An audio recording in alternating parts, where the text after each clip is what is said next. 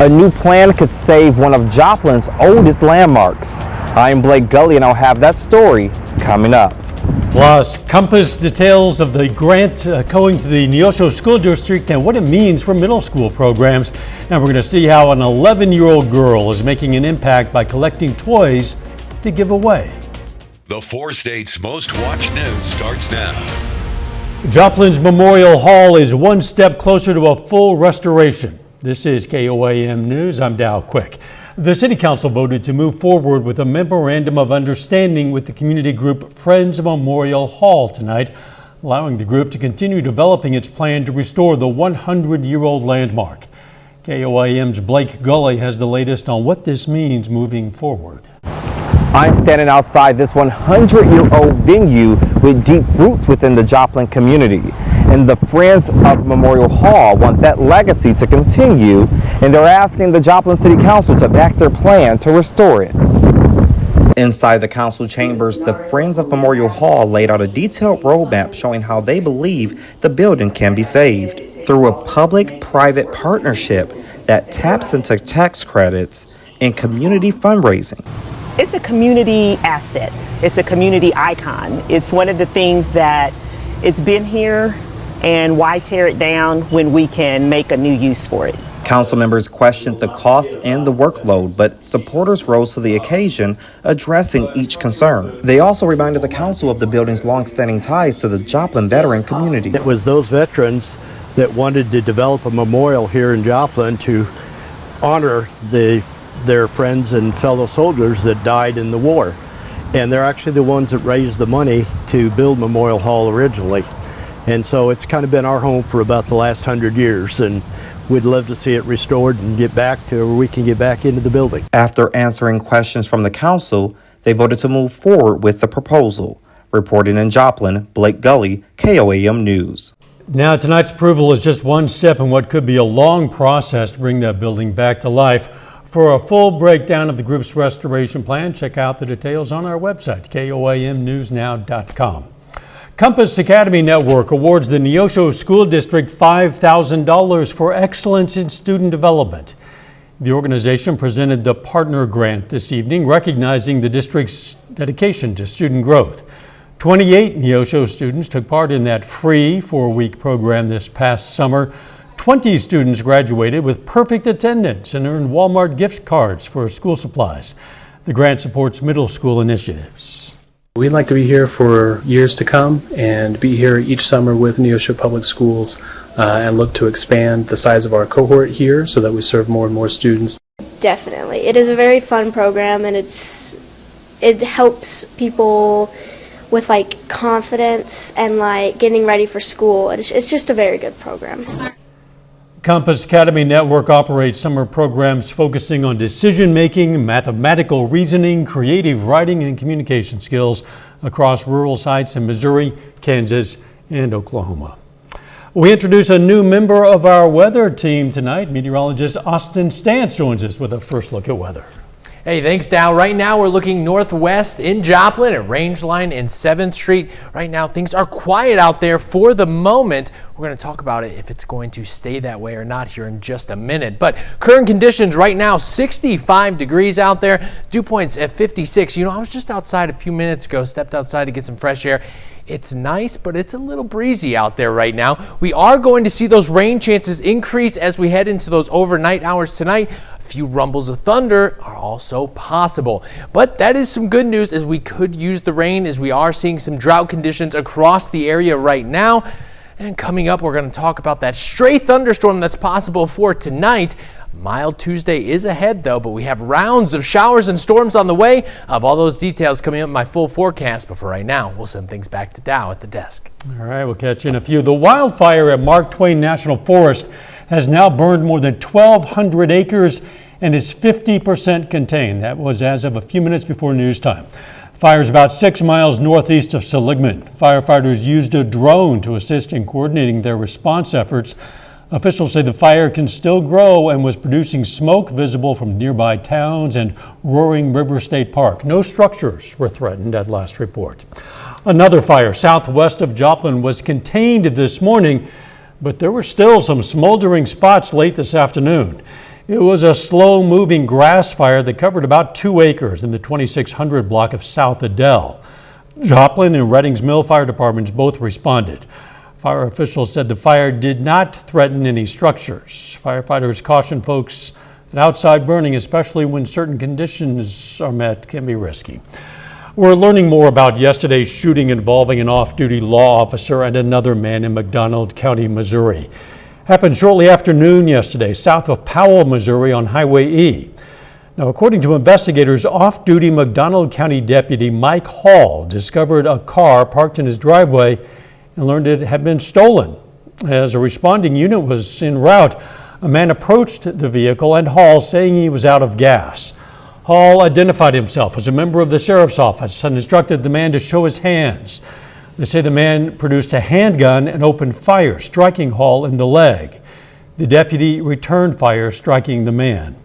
That man was flown to an area hospital suffering from multiple gunshot wounds and was reported to be in critical condition. Deputy Hall was also transported to an area hospital and is now recovering at home. A McCune, Kansas man is sentenced today for the shooting death of his grandson. John Fox pled guilty last month to voluntary manslaughter and criminal discharge of a firearm in that case. The charges have been reduced from second-degree murder as part of a plea deal. The victim, 28-year-old Ian Fox, had been shot to death in August of 2023 while visiting relatives in McCune. A judge today sentenced John Fox to a little more than 6 years in prison. FEMA Acting Chief David Richardson resigned from his position today amid criticism over his response to a Texas flood in July that killed more than 130 people. Richardson was selected to lead FEMA on a temporary basis last May. A DHS spokesperson said that FEMA's current chief of staff, Karen Evans, will step into the acting administrator's role beginning in December.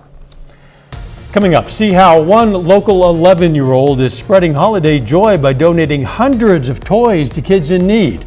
Plus, the Joplin YMCA launches a public campaign to raise money for major facility upgrades. While most children are thinking about what they want for Christmas, one 4th-day preteen has spent the entire year focused on what she can give. With KOAM's annual Toy Box campaign starting up again, the girl is well ahead of the game. With help from her mother, 11-year-old Riley Carson of Columbus has been collecting toys of all kinds throughout the year and is now hoping to put smiles on kids' faces during the season of giving. I thought like the tractors and stuff would be like fun for little boys, like the play sets and stuff would be fun for everybody, and like the dolls would be fun for little girls and everything else. If you'd like to join Riley in the donation efforts, you can start by scanning this QR code with more information about where and when to donate.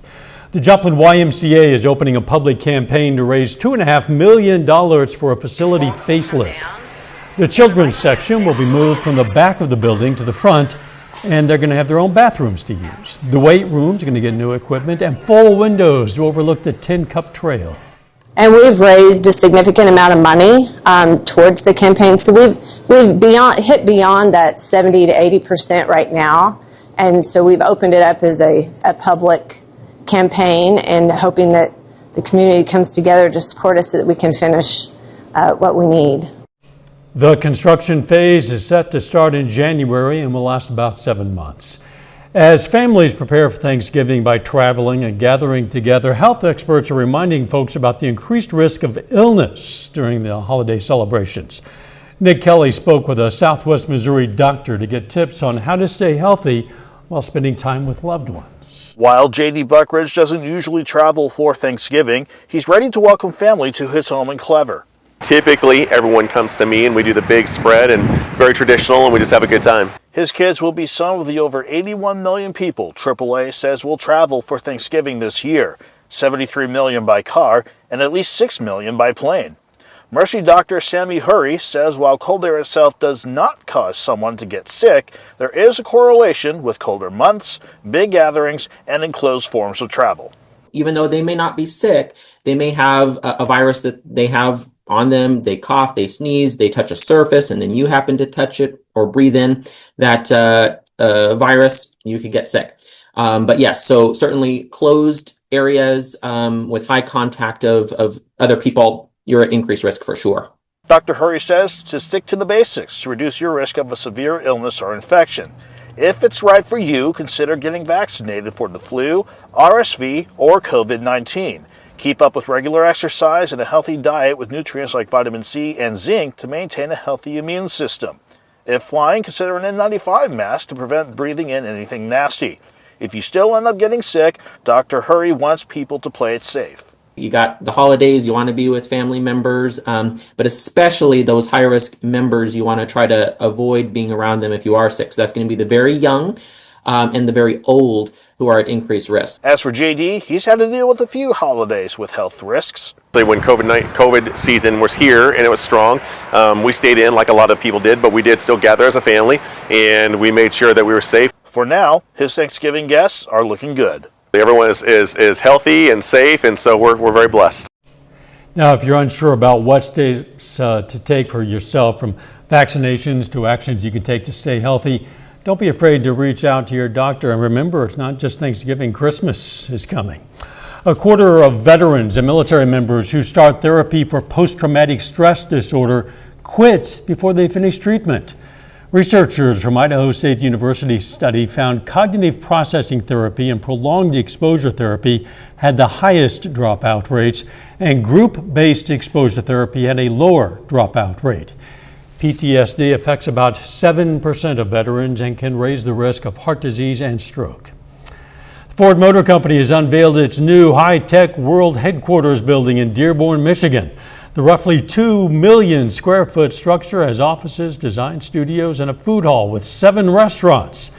It sits just 3 miles away from the company's old headquarters, which is set to be demolished eventually. Ford has not disclosed the costs of the new building, though the car maker is expected to finish its move there in 2027.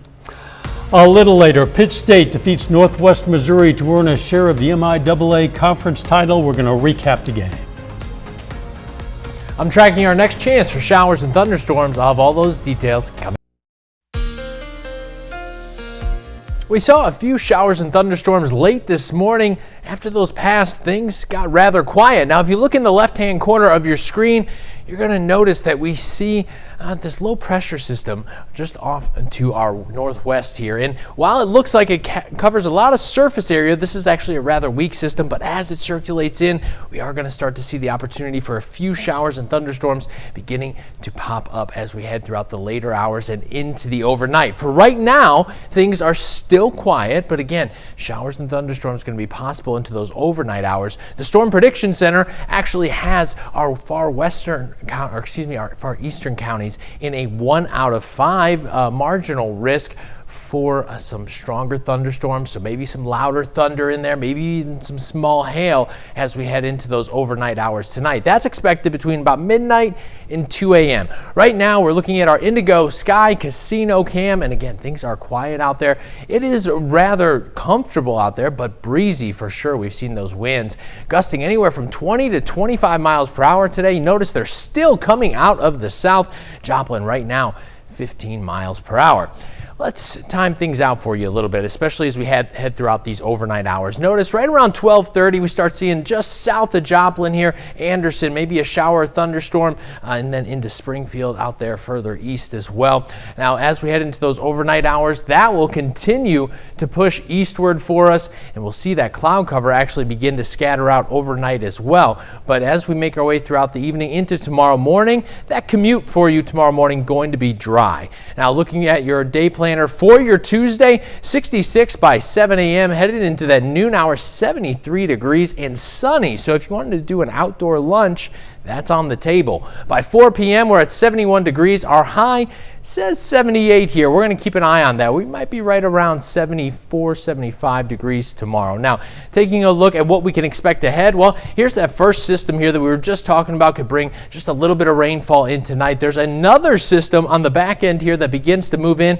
This could bring some more impactful rainfall for us as we head throughout the middle part of the week. Notice above your screen there, Friday, 6:30 a.m. So we are keeping an eye on that as well. Let's time some of that out for you as well here. We start Wednesday Wednesday, 6 a.m. Things are rather quiet. Temperatures in the 50s by 10, 11 o'clock, into the mid to upper 60s by 1 o'clock there. But as we head throughout your Wednesday, Thursday, and Friday, well, that's when we're going to start to see those rain chances really begin to increase and even bring in some accumulating rainfall here as well. So south of 44, we could see anywhere from about 1 inch to 1 inch and 3/4. North of 44, anywhere from about 1 inch to 1.5 inches. Now, most models have been saying that the heavier rain is going to be off to our south, so we're keeping an eye on that as well. Now, your 7 to 10 day forecast, let's take a look at that here. 74 degrees on Tuesday, 72 Wednesday. Those showers begin to move in Wednesday night. Thursday, we start to see some showers and thunderstorms and some of that accumulating rainfall. Yeah, we certainly need the rain. We mentioned that Austin Stantz is a new addition to the weather team. Welcome aboard, Austin. I appreciate that, Dow. It's so excited. I mean, and now we're actually starting to get some more active weather patterns in as well. So what a perfect time to input myself in. And although you are new to the 4 states, you are not new to weather forecasting. No, that's exactly right. I've been to a few different stations out there. I was in Ohio, Kentucky, Memphis, and now I brought myself and my family here to Joplin, Missouri, which I'm very proud of. We are glad to have you here. Welcome again, Austin. Thanks, Dow. Still ahead, Pitt State athlete earns MIAA honors for the 2nd straight week, and the Gorillas soccer team finds out if they clinched a spot in the NCAA tournament. Ben McLeish has those stories and more up next in sports.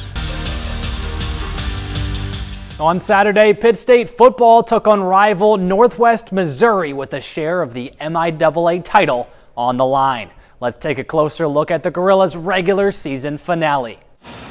Since the dawn of college football, nothing hits quite like a rivalry game.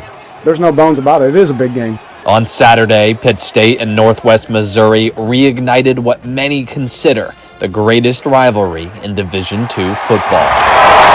Anytime you play Northwest Missouri, it's a big rivalry game for both these programs. It's going to be a big game. But this one had a little something extra. To come up here, last regular season game, with a conference championship on the line, playoff seedings on the line. The Gorillas came in hungry, chasing a 9th straight win and a share of the MIAA title. But Pitt State stumbled out of the gate.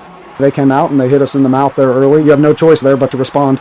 The Bearcats capped off an 80-yard drive with a touchdown in the opening minutes, then forced a PSU 3 and out. When we get big plays like that, we just know to go back to the basics. A lot of times, if you look at our plays, it's not that someone beat us, it's just that, we kind of beat ourselves. Everything was lining up for Northwest Missouri until the Gorillas flipped a switch. It started with a forced fumble. Then the offense found its rhythm. And before the Bearcats knew what hit them, the Gorillas led 24-7 at halftime. We really pride our defenses on takeaways, and so when we get one, we know there's blood in the water, and so we're ready to go and attack. The defense handled the rest, holding Northwest Missouri to just 7 more points in the 27-14 win. A fitting send-off for an incredible regular season. Because of that success and because of that history, because of the amazing coaches and players that have come through both programs, for us to meet final regular season game with all that stuff on the line, I think makes that pretty cool. The win gives the Gorillas a share of the MIAA crown, but more importantly, a home playoff game. I could talk for hours just about this group, man, and just how special they are. 2 games into the season, sitting at 0-2, they didn't bat an eye. Saturday, the Gorillas aim to keep their magical season alive, hosting Chadron State in the jungle. Kickoff between the Gorillas and Chadron State at Carney Smith Stadium is set for 1 p.m. Saturday. But today we received more good news out of Pittsburgh. Gorillas senior quarterback Jackson Berry is named MIAA Offensive Player of the Week for the 2nd straight time. He threw for over 200 yards and 2 touchdowns against the Bearcats. Well, earlier today, the Pitt State soccer team anxiously gathered in John Lance Arena to watch the NCAA selection show. PSU failed to capture an at-large bid, but finished the regular season as MIAA champs. And after a few minutes of waiting, the Gorillas received great news. They're heading to the national tournament in only their 2nd year as a program. It was incredible to see the girls because, even at practice this week, you could tell there's a little bit just anxiousness, just waiting to see because they felt like they deserved it. And the committee agreed, which is awesome for us. I was so nervous. I was shaking a little bit. It kind of excited for what could come. And then, it ended up being good. So I was excited. Shocked. I stayed in place. I didn't really celebrate it, but I was so excited. I'm really proud of everyone. The Gorillas head to Bemidji, Minnesota to take on St. Cloud State on Friday. An exciting day to be a Gorilla fan, huh? It is a great day. It's a great year to be a Gorilla. That's true. Pitt State women's basketball had a great year. Football, incredible season. And in only their second year as a program, what a great year for Pitt State Isn't soccer. that remarkable? I mean, that's a pretty steep upward trajectory. We'll see if that can continue. Last year they didn't make the MIAA tournament. This year, not only do they make it, but they make the NCAA. Good for them. We'll be right back. We've had some pretty mild temperatures lately. Austin's back now with a final look at the weather. Yeah, we've had a little bit of a break, but we're going to have a little bit of a break. Tomorrow, 73 degrees, but then some active weather returns to the forecast Wednesday night into the overnight hours. You see there some showers and thunderstorms begin to move in, possibly impacting your Thursday commute. Taking a look at that 7 to 10 day forecast here. Notice as we make our way throughout the midweek, we have that impactful rainfall, some accumulating rainfall, but then the rain exits just in time for the weekend. Hey, looking forward to that. And we need the rain in the meantime. Final sports note. Well, I talked a lot about Pitt State, but we still got some high school playoff football left. Let me rattle off the 7 teams left in the region. From Kansas, Labette County. From Oklahoma, Grove, Wyandotte, and Fairland. And from Missouri, Seneca, Carthage, and Lamar. I'm impressed that you have those right there on your fingers. Thanks for joining us. Don't forget the morning show starts at 5 a.m. and let's make it a great tomorrow.